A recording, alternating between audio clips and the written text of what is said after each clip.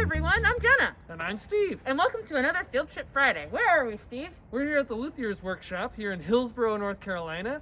And this is home of two different companies. So there's Pre-War Guitars and Hybrid Guitars Company. And we're going to meet Clay Connor and his colleagues who work on all of those guitars and making awesome things. That is so exciting. I can't wait to learn about how guitars are made. Let's go check it out. Let's go. Hi, Clay. Hello, how are you? I'm doing well. Thanks for asking. So can you tell us where we are right now? We're at the Luthier's workshop, and we're a guitar maker. We make a couple lines of guitars, and we do some wood parts for Moog synthesizers, which is also in North Carolina. So that's so cool. So you make guitars. Can you tell us how that whole process starts from tree to instrument? Well, about 400 years ago, some trees were planted. No doubt. But yeah, we make a couple different lines of guitars. So we make an acoustic line, which are kind of replicas of old acoustic guitars that were made before World War II. Mm-hmm. So we have very specific woods that we need to use for that because we're replicating an old instrument. Mm-hmm. So we get them from all over the place. We have a bunch of different suppliers, and we just get them here and, Mm-hmm. and then store them until we need them. Basically, we try and buy as much as we can and then use them as we build. Do you have to take care of the wood once it gets here, or can you just is it delivered and then you start making it? No, we generally keep it here for at least a few months, but sometimes up to a year or two, depending. It has to be a very specific moisture content, because if the wood is too wet, it can shrink after you build the guitar, and it will crack and cause all sorts of problems. So our shop is climate controlled as much as we possibly can Right. in North Carolina. Right. Yeah. And so are there consequences? I think I noticed that there was a humidifier too, so maybe it seems like there's consequences if you get too dry too, yeah? Too dry is actually worse than too wet, because as wood dries, it shrinks. So that's not what you want in an instrument. Right. So if you've glued a piece of wood when it's wet and then it shrinks, it can't move, so it will crack if there's a weak spot in it. So you use glue. So what I'm hearing is there's different part pieces to an actual whole instrument. So you have your wood, and then how do you get, a slab of wood into something that resembles an instrument? Well, we have some very big saws in the back, Yeah. which we cut the wood up into rough dimensions for the guitars. The acoustic guitars are a lot more parts than the electric guitars. Mm-hmm. So we have cut a bunch of different pieces, and then we have to shape them a little bit. With heat and moisture, we'll bend the sides, and then the tops and backs have braces on them, and they're smaller pieces of wood that take the tension of the instrument. And we kind of divide it up between 3 or 4 of us. Everyone kind of does a little bit, and we pass it around like a hot potato. Sure. So one guy, Ben, who's in the back right now, will generally start the tops, and so he will shape them, dimension them basically to rough dimensions, and he will add the bracing, glue all that on, and then you have to carve the bracing. So it's he glues it on thick, and then they shape it down to get the tone, and then he'll pass it off to JD, and JD usually will bend the sides, and he'll do the backs, and same way dimension them, and then add the braces. We then have to do all the ornamentation. So this is called binding. Oh, yeah. We put these little strips of plastic on there, and helps to keep moisture from wicking in there. Into that, yeah. It also helps to protect the guitar from damage. So if you drop it or something, there's a little Kind bit. of It dent the doesn't. plastic, but you're not going to damage the wood. Yeah. Once the binding's on, we'll cut this dovetail, which is for the neck to set into. The neck will slide in here.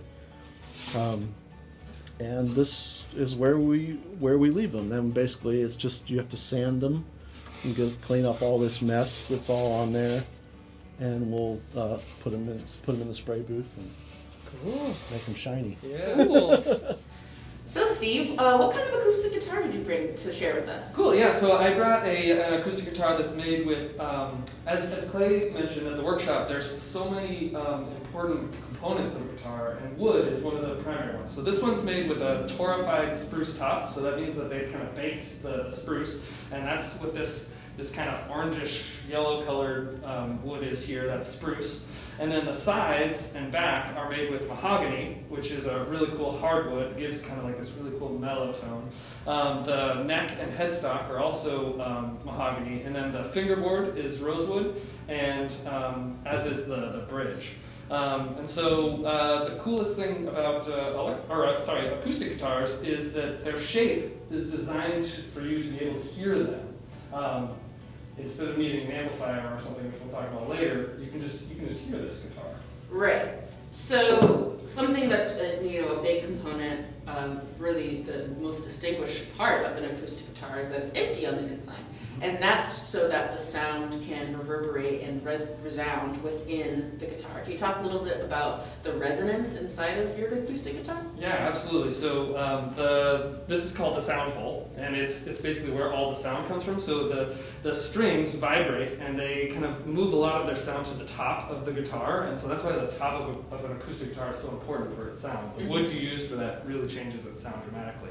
But this bridge kind of vibrates, and the whole guitar vibrates, but particularly right there on the bridge, and then all those sound waves bounce around on the inside of that big boxy chamber of the acoustic guitar, and then eventually they leave the sound hole and come to our ears. And so all that bouncing around gives chance for those kind of sound waves to interact, and all of that interaction and the shape of the guitar and size of the guitar affect how it sounds. Cool. Can we hear some? Particularly its volume. Yeah, absolutely.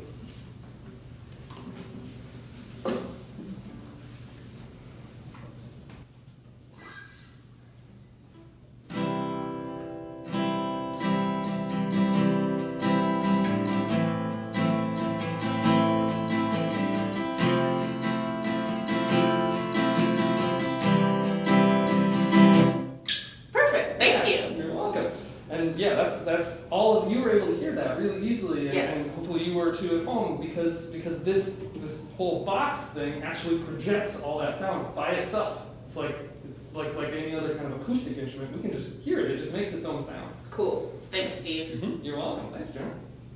So Clay, you had mentioned that, of course, there's the pre-war line of acoustic guitars, and then as we just talked a little bit about, there's this other side of your work that's a little bit more specifically to your work. You spend a lot more time working on the hybrid guitar line. Yeah, I do pretty much everything for the hybrid guitar. So right. Yeah, this is my world. And so these are two of your pieces that you had made in years gone by? Yeah, this one's actually a new one, and cool. It's about to go out the door probably next week. And this is a used one that our business partner Charlie, who's a really well-known musician, lives in Greensboro. So that was one of his guitars, and it's a 6-string. That one's a 7-string. And so this one's got 3 bass strings and 3 guitar strings, and that's got 3 bass strings and 4 guitar strings. Right. And so one of the wild things I'm noticing just about this guitar as compared to the ones we just looked at, right? And probably what's familiar to most people who've ever looked at a guitar, if they've noticed this, it's like the string lengths are super different on these, and maybe you can tell us a little bit about why that is, and what are some of the things that you as a craftsperson have to deal with when the strings are different lengths? Yeah. Well, it's very different, obviously. Most guitars, these metal things that are going this direction are called frets, and usually they're parallel. Mm-hmm. Right. But these are fanned out. And the concept is, like, the easiest way I can explain it is if you think of a harp or a piano, mm-hmm. the bass strings are a lot longer than the treble strings. And so by fanning the frets out, we're able to get a longer bass string and a shorter treble string. So. Right. On the same instrument. On the same instrument. Yeah. So if you look how much longer this string is than that string, right, it's significantly longer. Something that I noticed a difference of the acoustic guitar that we were just looking at was that this is a solid piece of wood. So how do you get this shape, or how do you get any of these shapes? Well, we start with we get another we get order wood basically, and it comes in big 12-foot long boards, and we cut them up into smaller chunks that we can use. Most of our bodies are two pieces that are glued together like this. And then we have a big machine in the back that we stick them on, and they cuts out the shape. First, we have to kind of draw them in the computer, and then we program the machine to cut it. And so once it comes off the machine, then we have to do a lot of handwork, a lot of sanding and shaping, and then we'll To make like these edges here. Yeah, we have to do the round over, and the machine, we have to take the cutter marks out and stuff. So these finishes are incredibly beautiful, like this like sunburst like thing you've got going on here. How does that part of your process happen? Yeah, so once we run the body on the machine and we sand it all and do all the shaping we need to do, then it goes into the spray booth, which is a special room where we spray the finishes. And we use two different finishes on these guitars. One is a traditional lacquer called nitrocellulose lacquer, which is a just traditional instrument lacquer. The coating. Yeah. The shiny one, like this one, is nitrocellulose. We use that for anything that we want to gloss, make really shiny. Right. And then we have basically a matte finish, like which this is. It's not as shiny. Right. And these two guitars kind of show off. Is this the matte finish? That's here? the matte finish. Yeah, it's less shiny, and there's we can do limited colors on it, but usually it's just a natural clear finish that is a little easier for us to apply, so we can charge less. Yeah. We don't have to charge. There's a lot of labor that goes into the nitrocellulose lacquer. With the matte finish, we can go and spray a couple coats, and it's done. Right. With the nitro, we have to spray some base coats, then we put the color on, then we have to spray top coats, and then sand in between to make sure it's flat. Wild. And then you have to, when it's all done, you have to sand it again with a really fine sandpaper and buff it on our buffing wheels to make it that shiny. Yeah, to get this super So clear finish. Yeah. usually we have about 15 coats of lacquer on there. Whoa. That So is it's a long few days of spraying. So Steve, I see that you brought an electric guitar. Can you tell us a little bit about that electric guitar that you brought? Yeah, absolutely. One of the things I really wanted to highlight was Clay's shop makes both electric and acoustic guitars, and particularly Clay makes electric guitars. Great. And the electric guitar is super different. It is a very different instrument. They look really similar, and they have kind of similar technologies in the string kind of situation, but the way they make their sound is super different. Great. So this guitar, again, wood is super important. So this one's almost all maple. It's got a maple top, maple back, maple sides. It has a spruce center block. So inside of this guitar, there's a kind of semi-solid section that runs, that's made of spruce, the same wood that this has. And then it's got this kind of rosewood fingerboard. But this guitar is mostly maple. And it's called a semi-hollow body guitar because it's got, you can see these things are called F-holes. And so it's got some holes in the body, but again, this section here is mostly solid. A lot of electric guitars, like the ones that Clay makes, are just solid chunks of wood for the most part. They have some holes for the electronics and things, but mostly they're solid. This one's semi-solid. So you can still, I'm going to put it on myself real quick, just so that it's easier to hold.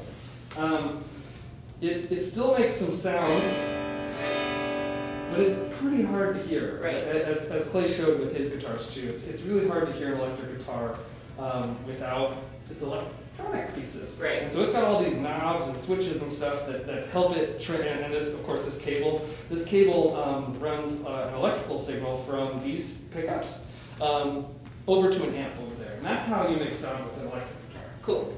Can we hear some sound from the electric guitar? Yeah, of course. Gotta turn on Yep. your And so, amp. And so what I'm doing there is kind of like switching on the lights. I have to switch on power to that amplifier. And an amplifier is basically just a speaker that has some special electronics to produce the sound, to kind of transmit the sound from the guitar's pickups, to a speaker. Cool. Yeah. And so it's a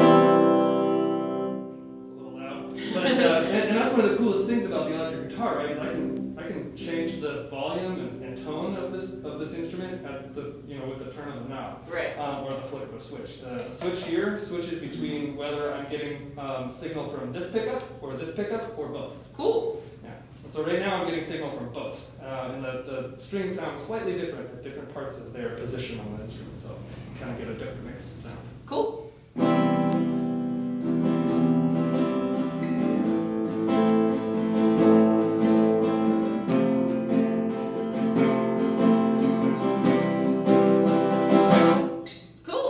Thanks, Steve. You're welcome. Really. Thank you for sharing your workshop and the workshop, of course, of all of your crafts colleagues, craftsmen that are colleagues of yours, crafts people. We're a jolly band of pirates, for sure. Yeah, thank you so much. Yeah, thank you guys. This has been wonderful, and for me as a guitar player, like a dream come true. So thank you so much. Yeah. Yes, thank It was you. nice to meet you guys. and Nice to meet you too, Clay. Look forward to seeing it. If I Woohoo! can shake out, I'll do elbow bumps. Yeah. Yeah. Yeah.